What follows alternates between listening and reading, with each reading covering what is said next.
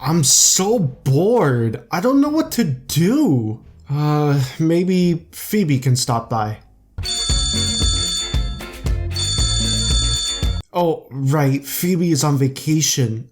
And Dot's getting repaired at the lab right now. What do I do? Mike, I am here to cure your boredom. Oh my god, it's the 3DS! Yes, I am here to bring portable video game fun with you anywhere you go. So what am I gonna play today? Mario Kart, Smash Brothers, Kirby, Donkey Kong? No, today I am here to bring you something so much better. A rare game no one has ever heard of before. Fnaf! Wait, Fnaf? Yes. But I've played Fnaf before. And I don't think this is official. It's not. Is this legal? Probably not.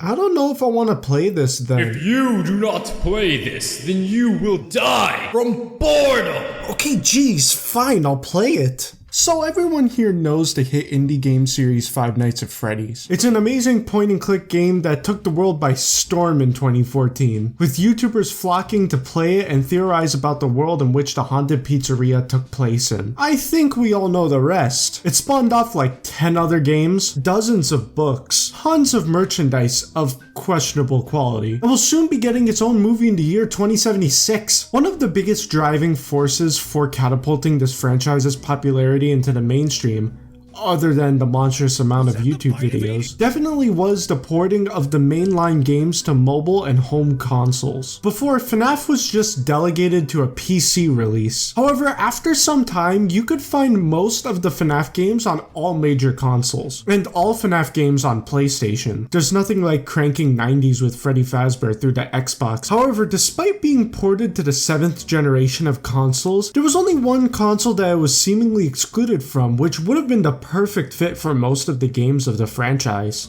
The Wii U. We'll get to the 3DS in a second, I promise. I know no one owned this system, but I mean, come on, the gamepad would have been perfect for the FNAF gameplay. Imagine the gamepad acting like a camera pad in the real world. It would have been awesome. But instead, the Nintendo console that got the official port of FNAF was the Nintendo Switch, everyone's favorite console currently on the market. So that begs the question, how did we get here? This is FNAF 1 on the 3DS, but how is that possible? Well, this is a fan-made homebrew port of the first FNAF game to the 3DS. So this isn't like emulation or anything. This is rebuilt from the ground up to work specifically on this device. Now, this definitely is not allowed to exist by any stretch of the means. Scott is very lenient on fan projects which use his characters, but this is a legit remake of the first game that has not been endorsed by Scott in any way. So I wouldn't be surprised if you can't find this port once this video comes out. I don't feel so bad about having this illegal version of the game. I already own all of the FNAF games, but to be honest, I really like how this version of the game plays. So much so that I think it's the best way to play FNAF on consoles. I know, that's a big statement to make, but I honestly stand by it. Aside from the first release on PC, this is probably the definitive way to play the game, hands down. Now, it isn't perfect either, which is why today I'm going to compare this fan-made 3DS port to the official Nintendo Switch release of the game to show both of their advantages and drawbacks. I really like the way the controls work on the 3DS version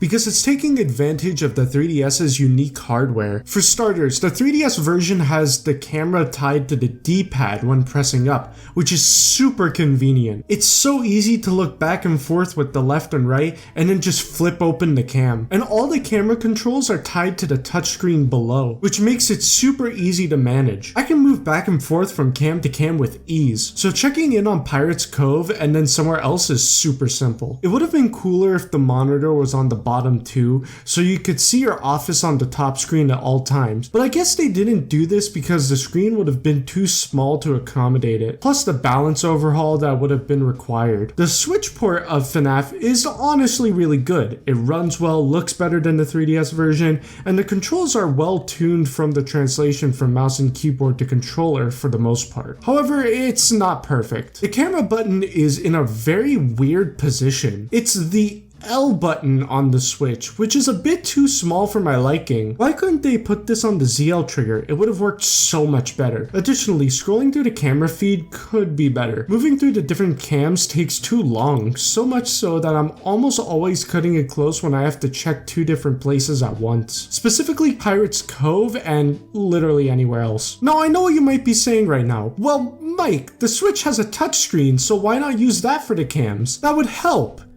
In theory, if you just took the Joy-Cons off, it would basically be like playing on a mobile device. But for some reason, the touch controls on this game suck. First of all, moving back and forth on the screen is terrible. It never works right. So basically, if you want to have any precise movement, you still need the controllers. And now that they are in the way, it's uncomfortable to reach over and click the cams. And that's even if they click at all. My touch inputs on the monitor were spotty at best, and it was not responsive at all. It honestly feels like a downgrade from the 3DS version. Now, when it comes to game accuracy, the Switch port is basically a one-to-one adaptation, so other than the cheats menu, it's extremely accurate. Same difficulty scalings and all. The 3DS port, on the other hand, has some weird occlusions and technical changes that I can only assume came about because of technical limitations. For starters, Golden Freddy is not present in this game. I can only assume that this has to do with how the game handles layering the office, because it seems like it keeps complete renders of images rather than individual layers. In the usual Fnaf games, Golden Freddy is actually loaded into the game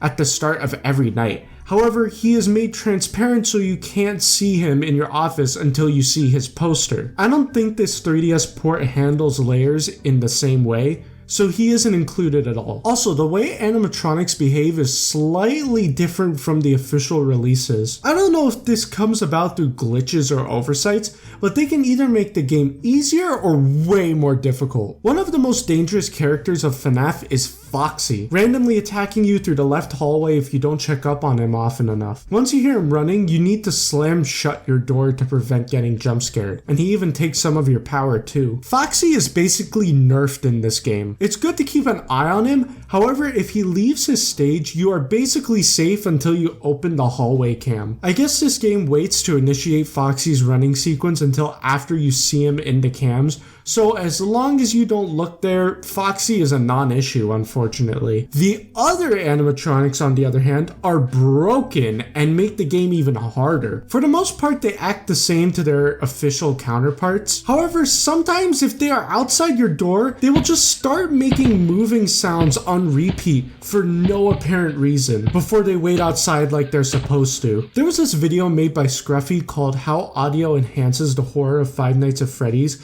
which goes over how Fnaf has a bunch of these needless sound effects to trick the player into messing up. Think of like the audio strings and the circus music that randomly plays. That's all to make you second guess your actions.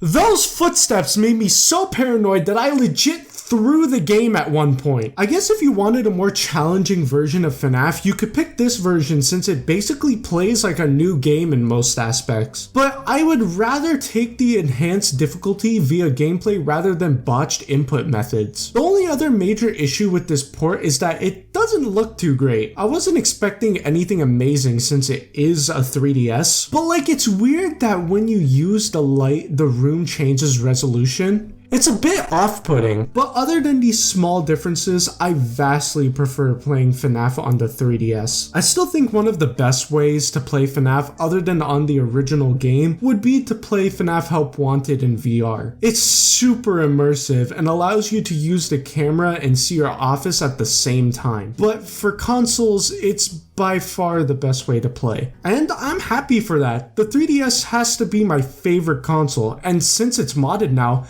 I can't wait to play more of it. What the hell? We value our users' experience, which involves charging them for an online service that sucks, restricting access to the eShop on older hardware, and limiting availability of legacy content that everyone wants. Please don't mod our products. Great, now I'm on Nintendo's hit list.